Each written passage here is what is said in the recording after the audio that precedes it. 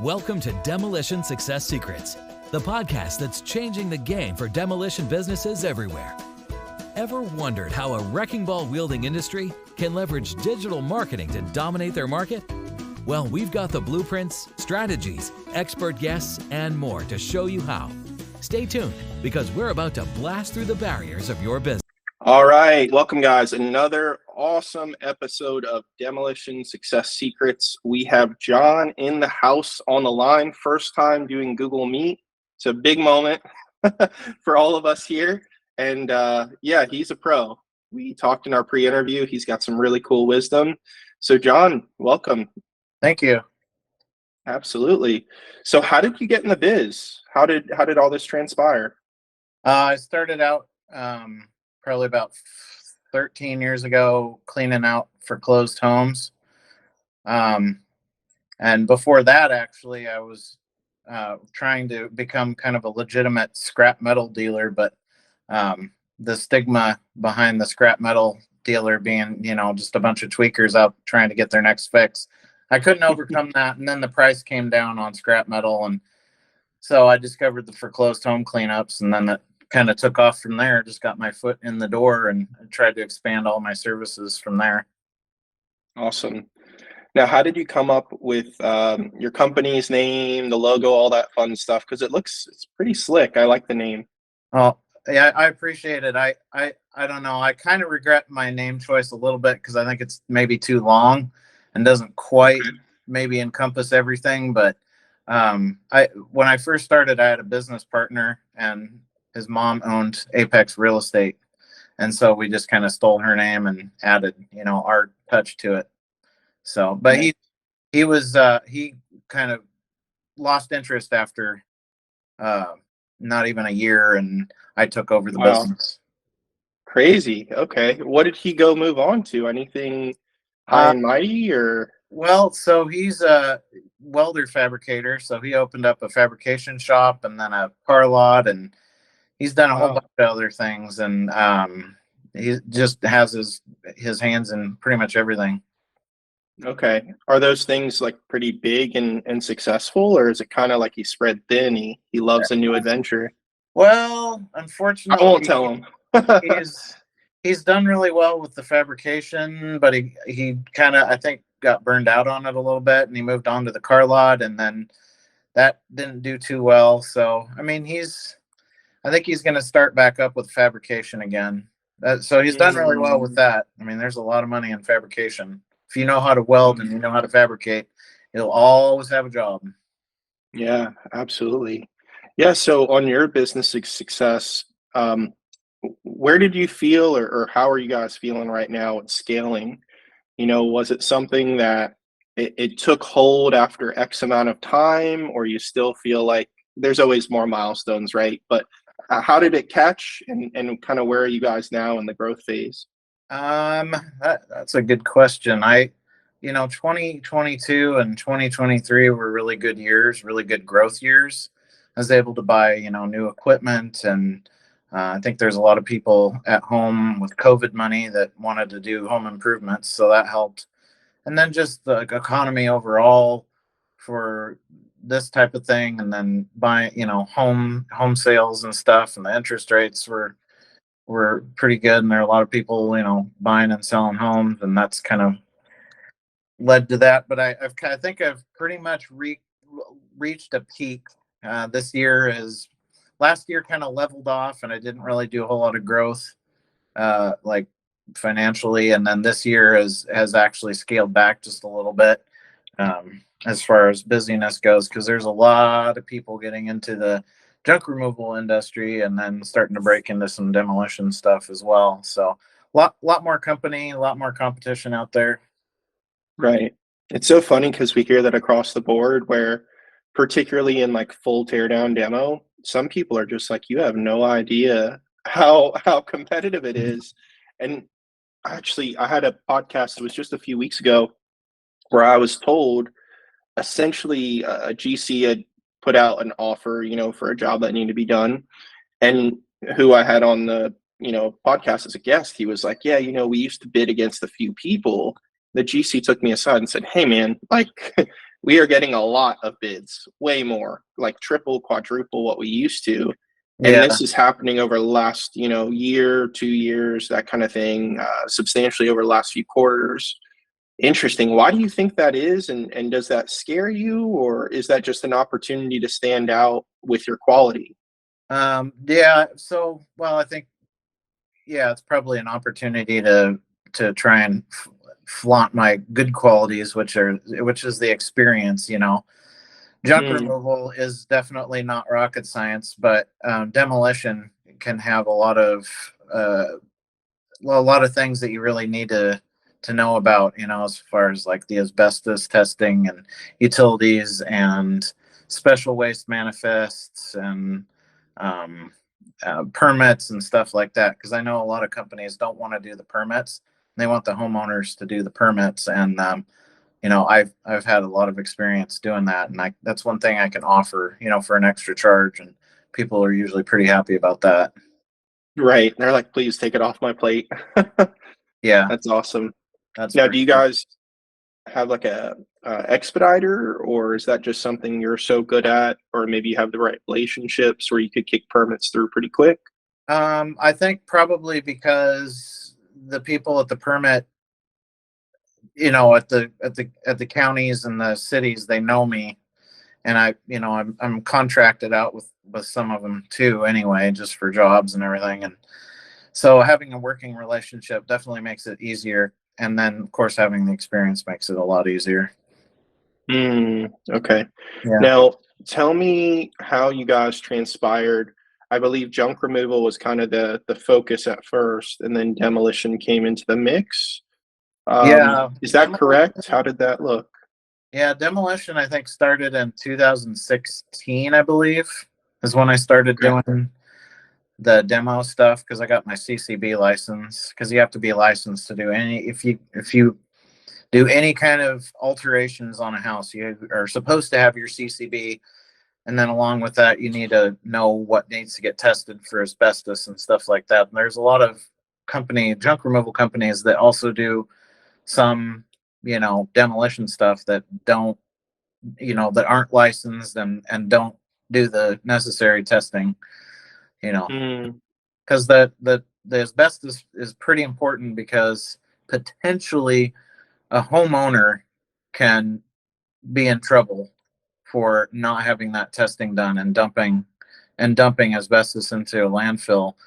The property can get stuck with that. I'm sure it's probably rare that they would be held accountable, but a contractor, if he doesn't have his license or proper stuff, that then he can become really really in trouble. So mm. Okay. So when you started the business, was one taking up more of your time, the demo versus the junk removal?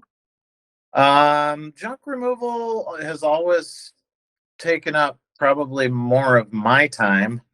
I Okay. think as far as how much we were doing, is about 50-50, 50, you know, between junk removal, brush clearing, and then full demolition. And then sometimes I'll have one crew doing, interior demo, and then one crew doing a full home demo. Okay. Just Got it. just Now, depends on what's going on. I don't even know how to even judge. yeah, it just kind of comes at you guys, and you sort and filter through it and make the best of it. That's awesome. Right. Okay. Um, Now, a lot of people, are they reaching out word of mouth? Is a lot of it your website? A lot of it, obviously you guys have great reviews. Yeah. How is most of the business coming in? Just everywhere. Word of mouth, website. I mean, since I've been doing it for 14 years, a lot of people know me. So, I mean, word Right. of mouth definitely helps. Some Facebook, maybe some Instagram, but mostly I think probably just people just knowing me. Okay. Just kind of in the community, seeing the trucks. Yep, Yeah. that makes sense. Do you guys, have a growth plan, or any expectations in the future of how to grow bigger? Do you want to grow faster? Just grow Growth strong and slow? growth plan's always been pretty organic, and just yeah, I don't think I really have much of a plan, like an actual. I've never really had a business plan, so um, I think I liked where we were last year. I'd like to be kind of back up. I'm hoping that this year I can at least reach last year's gross. So Okay, got it. Yep. And the thought there is just, maybe more community activity, more projects lead to more word of mouth, more referrals, that yeah, kind of thing. I Okay, do I do a got it. lot of volunteer stuff in the community as well. Just I've always done that just because it's the right thing to do, in my opinion. Right. Yeah, and it's cool because when the right thing happens, it just so happens to also give you opportunities. Yeah, But the opportunities aren't the reason you're doing it. You're doing it to do the right thing. But it's cool how there's like that ebb and flow and kind of the yin and yang. When you do the right thing, many a times good comes back to you. Not always, but many a that's times. true. Yeah.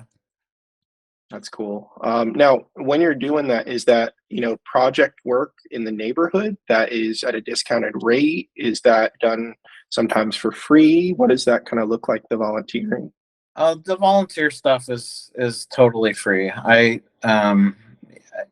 There are some companies that will use me, and I'll do, like, for example, last year I demolished a house. Basically, I just did an at cost Okay. demo for them because they were building some.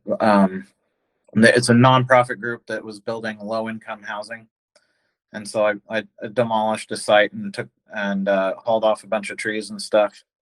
Um, so yeah, I guess I mean I'm also a board member on the furniture share, which I can donate any usable items for Mm, needy families. So that's nice, and I do volunteer for fundraising events for them as well. got it. Okay. I would love to hear some crazy stories on the junk side, and I'd love to hear some crazy stories on the demo side. Um, Have you ever felt like you're on an episode of Hoarders with the junk side? oh Probably yeah, many times. yeah. I've done some real nasty ones. I know one of the more recent ones we did in Sweet Home was a gal that had to basically be more or less not forced, but basically kind of taken out of her house because the fire department got tired of coming in there and rescuing her because most of it was piled up about 4 to 5 feet high, and it was just all garbage, nasty, rotten garbage. And Oh, she, over the past 5 years or so, had been using puppy pads to go to the oh, bathroom on, and there were 5 foot high piles of puppy pads and adult diapers, and they'd been there for so long that we actually had to use a pickaxe to get it all to come apart to get it wow. out of the house. So that was probably one of the nastiest ones we've ever done. Mm, And then of course, the corresponding rats and mice and cats and everything. That's always fun. wild, wild, Yeah. wild. Have you guys ever been approached for shows or videos or documentaries or anything? Like people, I've oh man. I've never been approached. I know there's one lady that I used to do junk removal for called Queen Bee Organizing that was on an episode of Hoarders. But that was, I think, before I started doing the haul offs for her. She goes That's in, fascinating. yeah, she goes and she does estate sales, and so whatever didn't sell or donate, then she would have me haul off the rest. So Wild, wild, wild. Okay, so that's a great, fascinating story for the junk side. How about on the demo side? um I mean, just aside from some of the cool locations we've done, I've done, some very rural properties that just were beautiful places to be. Some old nasty 60s or 70s mobile home sitting on this gorgeous piece of property out in like Lacombe. We've done a few out in Lacombe and then some out in the LC area. and it's just really pretty country, here in Oregon. So, Mm. but nothing really wild, I don't think. I mean, we of course find the occasional uh, possum, raccoon, whatever. We never encountered any mountain lions or bears, because usually when you fire up the equipment, they all go running. So, Right. but we did do one where there was a family of skunks living under the house, and we had to wait until they vacated, and then we started tearing it down, and they wanted to come back, but they decided against it. Oh man, Yeah, so thankfully we were able to kind of shoo them away. So, that's amazing. Well, how about a successful company? You've done this now for over a decade, which not everyone could say that about their businesses. uh-huh. What do you think makes you guys so different and have that longevity as other people? They're kind of a flash in the pan, they're here and they're gone. I think the biggest secret to my success would be answering my phone. Mm. Um, So basic, but it, so important. yeah, I think it's weird how many times I get called and they're like, "Oh wow, you answer your phone," or "Oh wow, you return messages." Mm. So I think that would be my secret to success is answering the Answering phone. the phone. Yeah, That is funny. You know yeah, what's it's interesting because that's such a basic answer, but I've heard that a number of times, yeah, for which sure. is crazy. Because like, if you have a real business, sometimes it goes to a front end person or a salesperson or the owner themselves. Oh yeah, I don't I never have understood that, I know people are busy and things come up, but, like, there's systems where if you don't pick up in the first 4 rings, it goes to the next person. If they don't pick up in the next 4 rings, it goes to someone else, and there's ways to have on voicemail as an example, "Hey, we couldn't make it, but guess what? You could text us immediately at this number. We're much quicker or more readily available for a texting yeah. system." And it can go to automations, it can go to a human, it can go to whatever. Okay, that's fascinating. And I'm sure if you don't get something, you're going to call them back as soon as you can. Yeah, I Okay, really try to. I mean, there's been a few times where it's gotten so busy and then I didn't have time for a while, and I was too late because I called them back and they're like, "Well, we needed junk removal immediately." It's amazing how many people have junk removal emergencies. You wouldn't think it's an right. emergency, but yeah. Now you mentioned earlier people are coming in the business. They're just a lot of people, and sometimes that means they could bid low or be more competitively priced. They're not necessarily more competitive in value when you look at the quality plus the pricing. Right. Um, are there a lot of times, for a demo, perhaps there's more bids for junk removal? And for demo, I'd love to see your opinion. How many opinions are people typically getting, or quotes, estimates are they receiving before pulling the trigger? They usually, well, lately it's been usually about two, sometimes three, Oh, but usually about two or three. Before, a lot of the people that I've been working with, they just knew that they could trust me because of who referred me. It just depends. It kind of depends on the time of year and how the economy is doing. And one thing that is interesting. I have a hard time competing against people who aren't fully insured or licensed. sure. And I don't, I've never been able to follow up as often as I'd like, but I know a few times I've followed up with people who went with a quite a bit lower bid, and it turns out they like abandoned ship halfway through the project, and because it was just Mm, ended up being too much for them. And a lot of people, or a lot of newer companies, don't know about that you have to have business auto insurance, and you don't have to have business insurance, and that kind of stuff. And then also, of course, workman's comp insurance. And I can't compete right. against people who don't have all that. So Sure. Now, yeah. for us internally as business owners and things like that means a lot to us. How do you readily kind of communicate that to potential new clients when there's the concern of, oh, they're probably shopping or maybe they're kicking tires or something? Do you focus on your reviews? Do you focus on your tenure? and you kind of stack the deck before they say, oh, you're not the cheapest price, which is not your goal. Yeah, I mean, I just let them know I'm a licensed contractor with 14 years of experience. So and that's basically without trying to push it on people. That's I just basically let them know, hey, I'm fully licensed and got a lot of experience, and I know a lot of different ways that I can save people money on like junk cars. Some people think, oh, I don't have I don't have a title or keys, and it's going to cost so much to get rid of this. And I mean, I have people that can haul those away for free, or sometimes they can even get money for them. So interesting. Yep. That's cool. Let's see. There we go. All right, sweet. So yeah, any kind of ambitions on the demo side? We talked kind of pre-interview in terms of the scales that you guys are doing. Are you looking to go deeper or bigger into the future with that segment, or you guys are doing just pretty well with the homes, mobile homes, that kind of thing?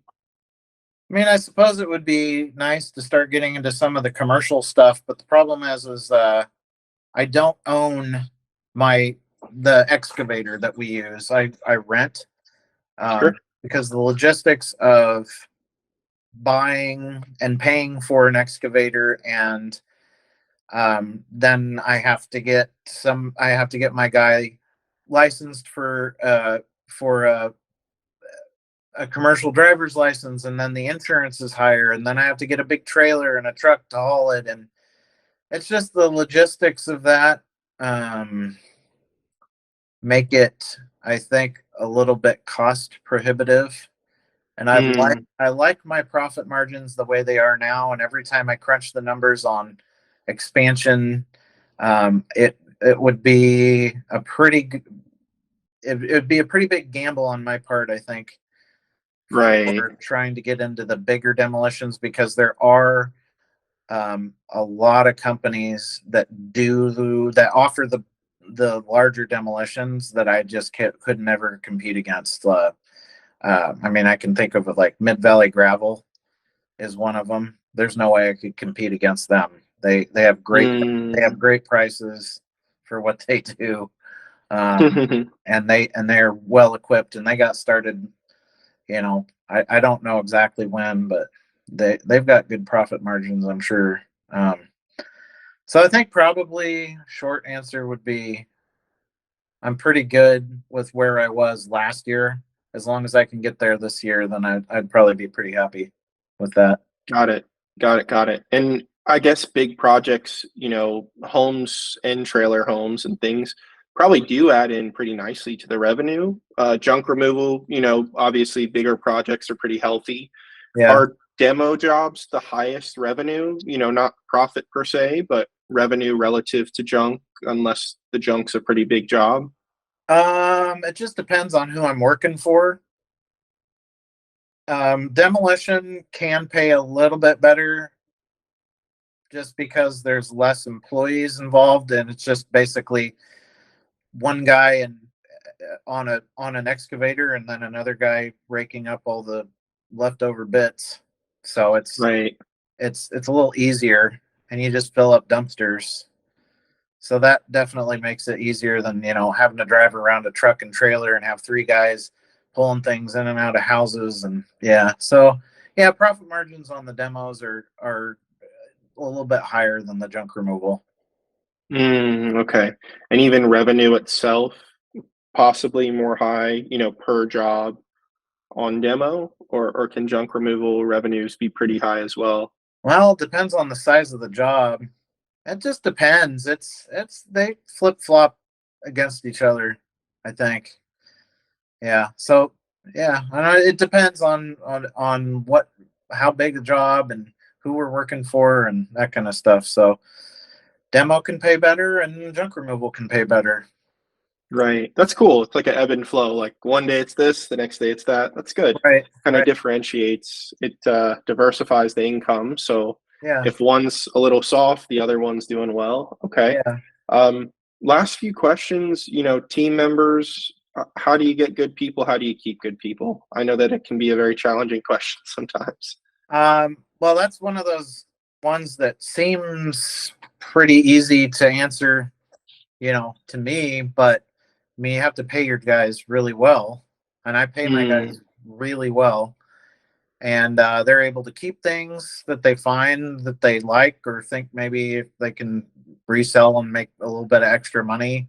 We don't usually cool. find anything of super high value, but yeah, I mean, just paying your people well, taking care of them, giving them benefits. I have benefits and bonuses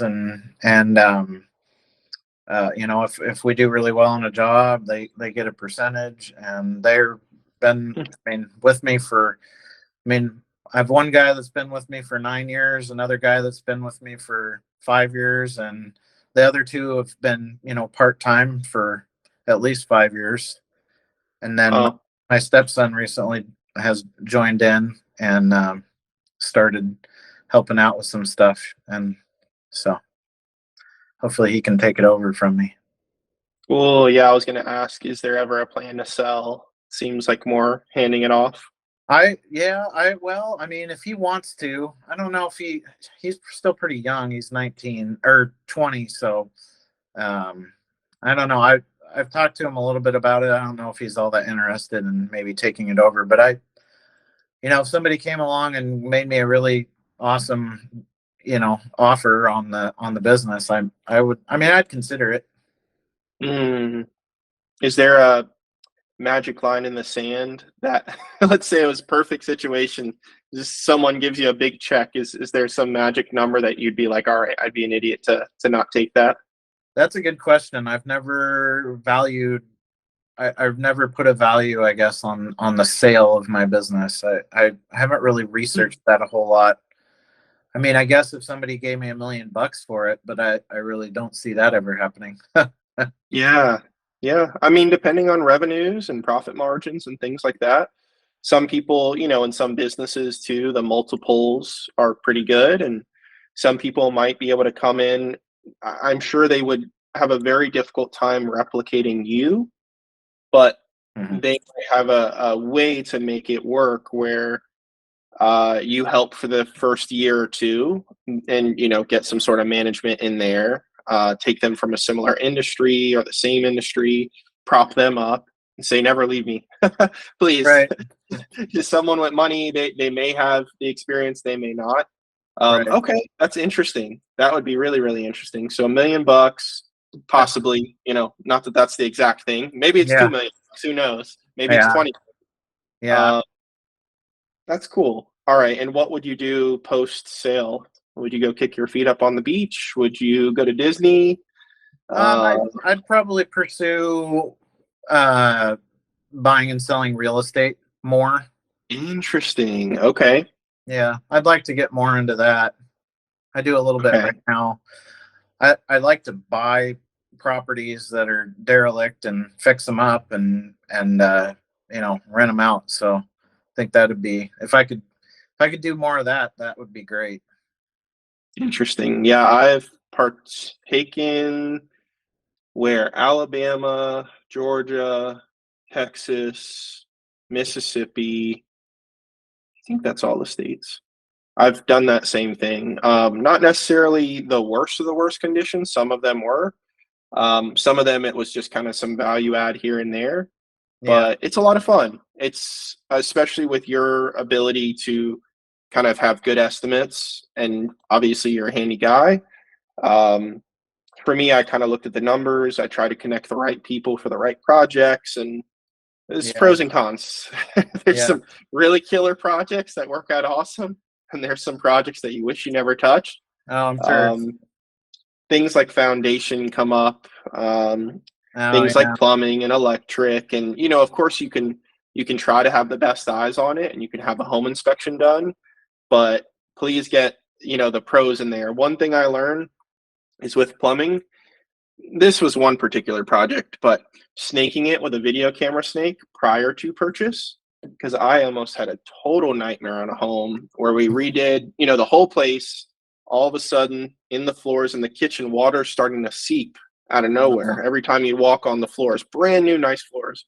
And I talked to my guy and I go, hey man, what's the deal? And he goes, oh, it's probably just the what's it called under your sink? The garbage disposal. Like, all right, great. Let's fix that. Like, what are we waiting for? So, all right, gets fixed.